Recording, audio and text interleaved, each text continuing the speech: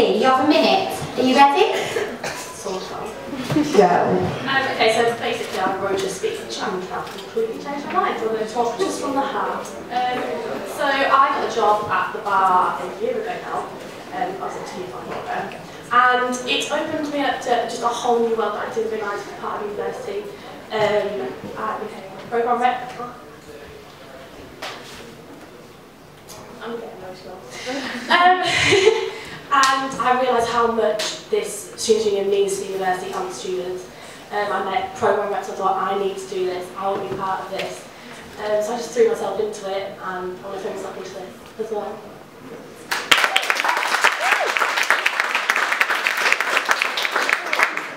Okay, first question. How can you make sure that both education and theology students are equally represented, as this year we've seen a majority of primary education reps and not a lot of theology? Okay, so my plan is to listen to every voice, like if there's 10 voices saying one opinion or just one. I want to make sure that it's not just based on education but also theology. I think people tend to forget about theology because it's theology students. But primary is a very, very big cohort. As I said in my manifesto, I'm working on open door policy, so literally anyone can talk to me about anything.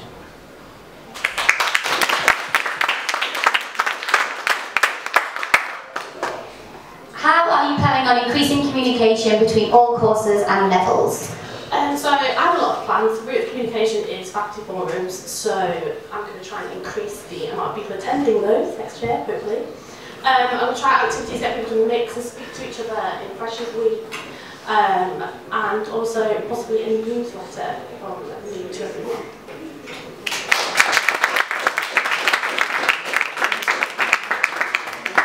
How would you bring together undergraduates and postgraduates?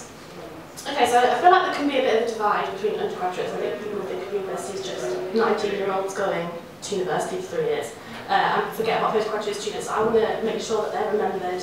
Again, have more social activities, try and integrate everyone, maybe pair a postgraduate student with a fresher so they can ask questions.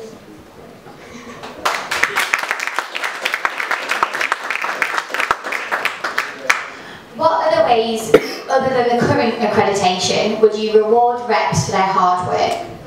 Okay, so at the moment I think the current accreditation system is fantastic and awards programme reps really nicely.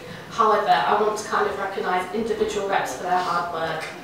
So I might speak to lecturers and find out which reps have been talking to the lecturers and getting involved more. And it would be kind of like the penguin system at the moment. However, it will just be individual reps.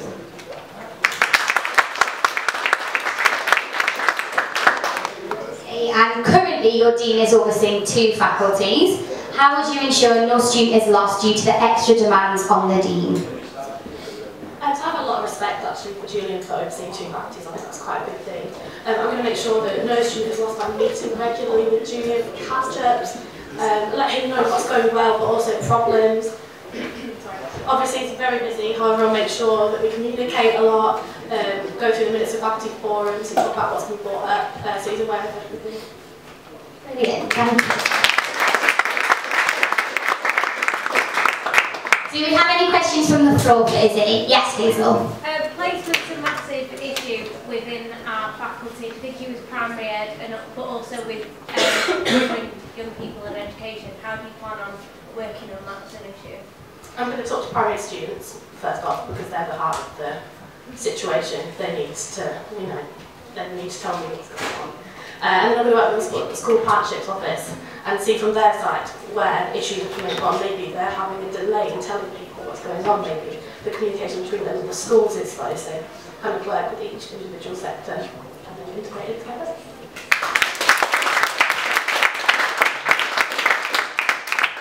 Any other question for Izzy? No, then please give her a massive round of applause.